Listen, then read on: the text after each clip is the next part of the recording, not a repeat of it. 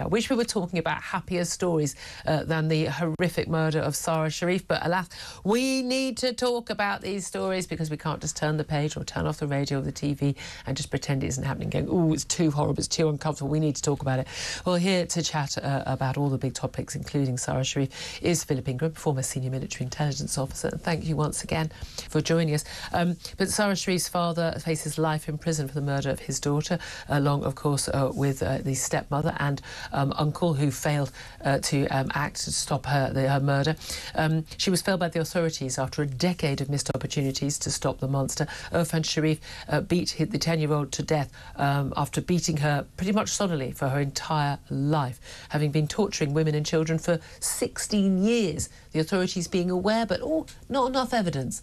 Well, that not enough evidence has meant that Sara Sharif is now dead.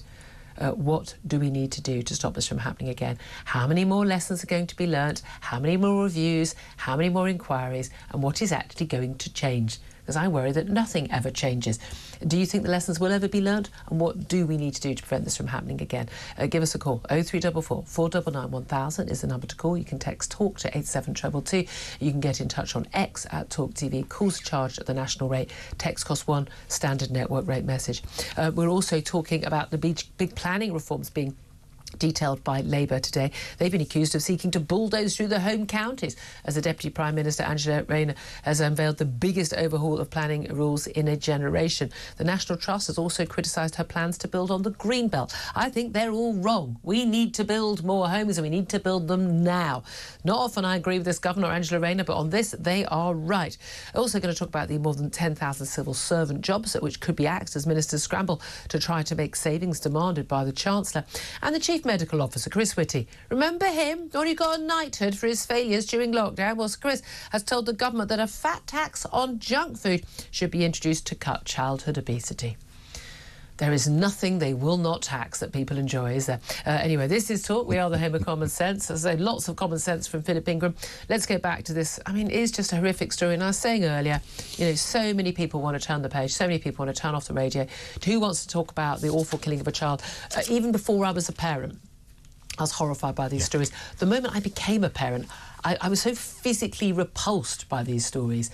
And I've had to cover court cases, and you get to often read the detail, which often doesn't go in great detail into the newspapers because it is too horrific. And I do feel the need to read some of this out. And I read it out earlier, and I'm sorry if it's the detail. I mean, if you've got the kids in the car, you know, OK, you might want to turn it down for a couple of minutes, but we need to know what this guy did. This wasn't a guy, I mean, not that he would ever be acceptable, but this wasn't a man who in one moment of madness did something awful. And you know, this is a man who was beating girlfriends, wives, children. He was beating everybody. He was controlling and beating them. The authorities knew there was never quite enough evidence because they didn't look for it, or because he basically threatened women and children to lie on his behalf. But his child was, on day one, the day she was born, was placed on an at-risk register. They knew he was a threat at that point. She was vulnerable all that time. There were 15 opportunities missed to actually act to save her, to get her out of that home where she was being beaten. When she was found dead, she had so many injuries, so many bruises, so many broken bones, they didn't know which injury had actually caused her death. They routinely did this. They would bind her arms and legs, hooded her in a plastic bag secured with parcel tape around her head. Imagine the terror of a primary school-aged child going through that, just that alone. And then her stepmother and her father, the man whose job it was to keep her safe. Literally your job as a parent, to look after your child's safety. That is your number one job. Beat her with a cricket bat, beat her with a metal pole and a rolling pin. They strangled her until her neck broke. They burnt her with an iron and they bit her. It is unconscionable that people could do this to a child, but they did it, and they did a lot of that repeatedly. Who knows why? And it was only in the court there's this amazing moment where he said, you know, what happened to her was his fault. Well, yeah, we all figured that, mate. But it could have been prevented. Philip, why wasn't it prevented? Yeah, there'll be another study into it, and no lessons will be learned. Serious case reviews, yeah. And more children will suffer. You know, there's so many elements that come together. You know, lack of resources in the police, in social services, in teaching, and everything else, but a lack of care and a lack of responsibility in different professions where they should have recognised and stepped up instead of going for the woke, oh, this is a family from, you know, a different. Do you think that was a culture. big? I almost certainly that'll have been a factor in it. Depending on who the social workers, the police officers were. You know, if you had white social workers and white police officers investigating and they were coming up and making recommendations to remove children, colour, race, everything else should not be a factor in any of it. But all of a sudden we put up as a defence factor. And you get judges don't understand cultural norms and will err from their cultural perspective instead of going, actually, we're seeing lots of cases from these cultural backgrounds in similar sorts of things. I need to err on the more cautious and put more things in place. And this is where, you know, the unconscious bias that people have got, that our society is drilling into us, is contributing to this. We need to get rid of that unconscious bias. Certainly in the final months of her life, she had turned up at school wearing a headscarf, covering. We've seen lots of these pictures. There are two pictures that are most used in the media. I think we've used them on our show as well today. And one of them is her with the headscarf on. I mean, really covering most of her face. Again, totally unnecessary in Islam for women and girls to wear headscarves. Certainly, even in the Quran and the Hadith, there's no requirement for a prepubescent girl, as she was, to wear a headscarf and be fully covered. So that, you know, that should have raised warning signs straight away. And the fact she'd been seen with bruising beforehand, and then she was taken out of school to be homeschooled again. Big flashing warning signs there that should have been seen. And we were saying earlier, these weren't sort of, oh, there's a possibility warning signs. No. These were huge, big billboards with big, bright red, neon flashing signs saying, this child is at risk, this child could be killed by her father, you need to take her away from this man. And it wasn't done. And there are these sort of cultural concerns. There are all these things that creep in. But this has happened. OK, the Victoria Columbier. Well, they weren't those concerns about baby P, little Peter Connolly, and we all remember what happened to him. But again, warning signs. The social worker turns up to visit. He's covered in chocolate all over his face. Oh, you know, oh, the mum goes, oh, no, oh, you know, he's so messy. Yeah, the chocolate stains were covering the bruising. There's such an inadequacy on the part of so many of the social workers to do this. They pop in, they're there for 10 minutes, they see the kid, everyone says everything's fine. The kids are terrified of their parents. They want to please them. They do whatever and say whatever they need to basically get out of that situation. And this is what happens. How on earth do the social workers not realise that's what's happening? Well, it's, you know, a lack of training, lack of experience. You know, they do a university degree to be qualified as social workers. Well, I'm afraid when you're dealing with people and you're out, it's more practical experience. And reading the signs. Exactly, a university degree doesn't teach you how to interact with people. Police officers are often better at this. I'm told that actually they're more used to sort of. Because they deal with the public, and this is where, you know, we see calls for police officers to have degrees before they go in. No, definitely not. I don't have a problem with these people having degrees in these things, but so much of it is just practical experience. You need the practical experience. You need to start with an apprenticeship. If that qualifies you to get a degree and all the rest, fantastic. But the degree should not be the I have a funny feeling that you and I, without any training, would be able to walk into a house and have a pretty good idea and be able to question a child in a way to actually find out you know, if there were an issue. I just don't believe that we can't. We're not going to be able to prevent all of these cases. But again and again, and we have the same thing with you know, domestic violence, where, you know, women are killed. 2 women are killed every single week by a partner or an ex-partner, and every single time that happens, they have been in touch with the police for years. There have been order, injunction, you know, for you, panic buttons, you name it. They've pleaded with the police to take action against their perpetrator for years. Same with the child abuse things. There have been red flags. They've been known to social services. These white signs. So it's not that these signs aren't seen. It's almost like, you know, go back to say other cases like the Jimmy Saviles, allegations against other people who've been abusive, you know, at the BBC or wherever, you know.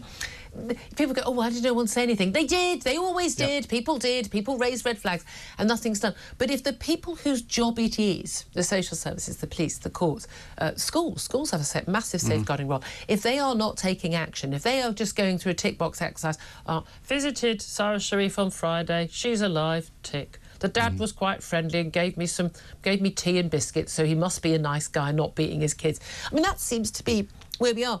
And certainly when we've got a load of social services staff working from home, and many of the most senior people have left because and I've spoken to some senior social workers, they left because they just couldn't bear doing the job anymore, because they felt they couldn't help children.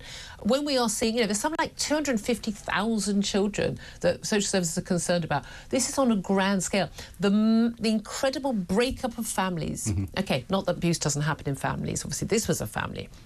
But the breakdown of family units, of extended family who can step in and look after children and safeguard them, the breakdown of sort of social norms about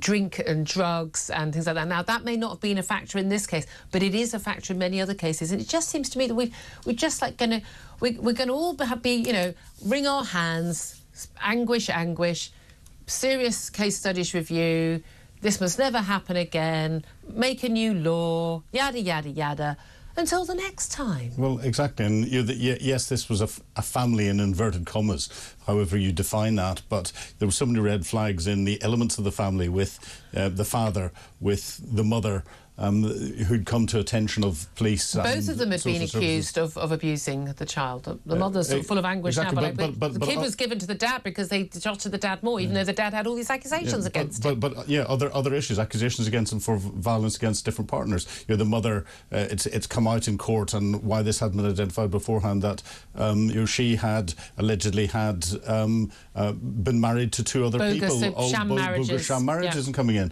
Why all this isn't investigated? Why was this man in the country in the first place? Yeah. Well, I'm sorry, he was from Pakistan. He'd committed numerous crimes. He shouldn't have been in the country.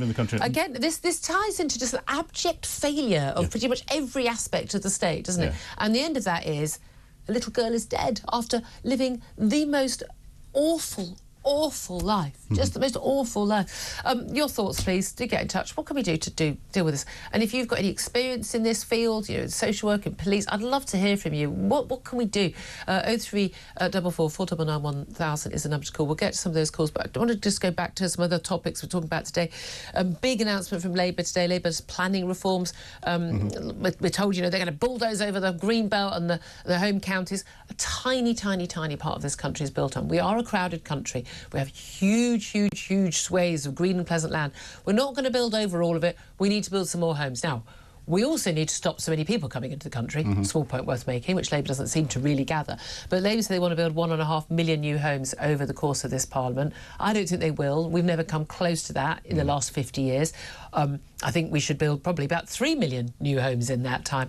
We do need to build on the green belt. Most of it is, frankly, it's brown, but they're calling it grey belt.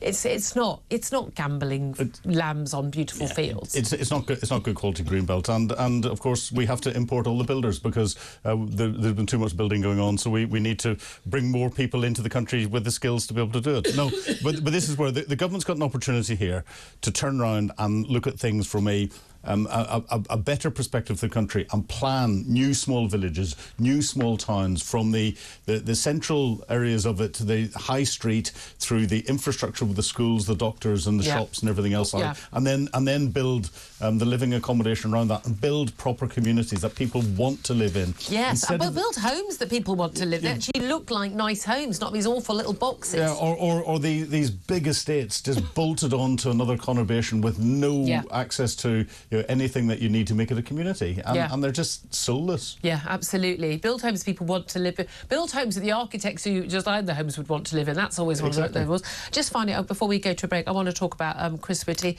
Chris Whitty, he wants a fat tax on junk food. I mean, they want a tax on alcohol, on every item of food.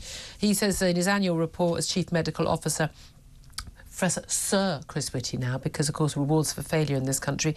He called for a levy on unhealthy food and incentives the food industry to produce healthier options. We've already got, ban on adverts before 9 p.m. And also on the internet of food that is junk food. That's being brought in as a law. Very poorly worded. What is the definition of junk food? Well, I mean, high in fat. Okay, butter, right? So no cheese. Yogurt, I mean, it's just absurd. What do people mean when they talk about junk food? But again, so they're just going to make food more expensive. For people who rely on it. It's largely people who are obese, who are struggling and eating bad food most of the time as opposed to a treat every now and then, are usually people on low incomes. Making it more expensive, I don't think is going to be the solution. Well, he's going further. You know, over a certain BMI, you are going to be forced to stay at home. You're going to be forced to wear a mask 24/7. Don't give him ideas, Philip. So you can't eat anything, and that'll bring your BMI down. Then you might be allowed out again. No, I'm kidding. But I mean, who would come up with such a stupid idea for the health of the nation, Philip? Able-bodied young people being forced to stay at home for a disease that's not going to kill them. I mean, well, exactly. What sort of mad person would come up with that idea? Oh, and then be given a knighthood for it. Thanks, Chris. Always welcome. Sir Chris. We'll talk more. Sir Chris.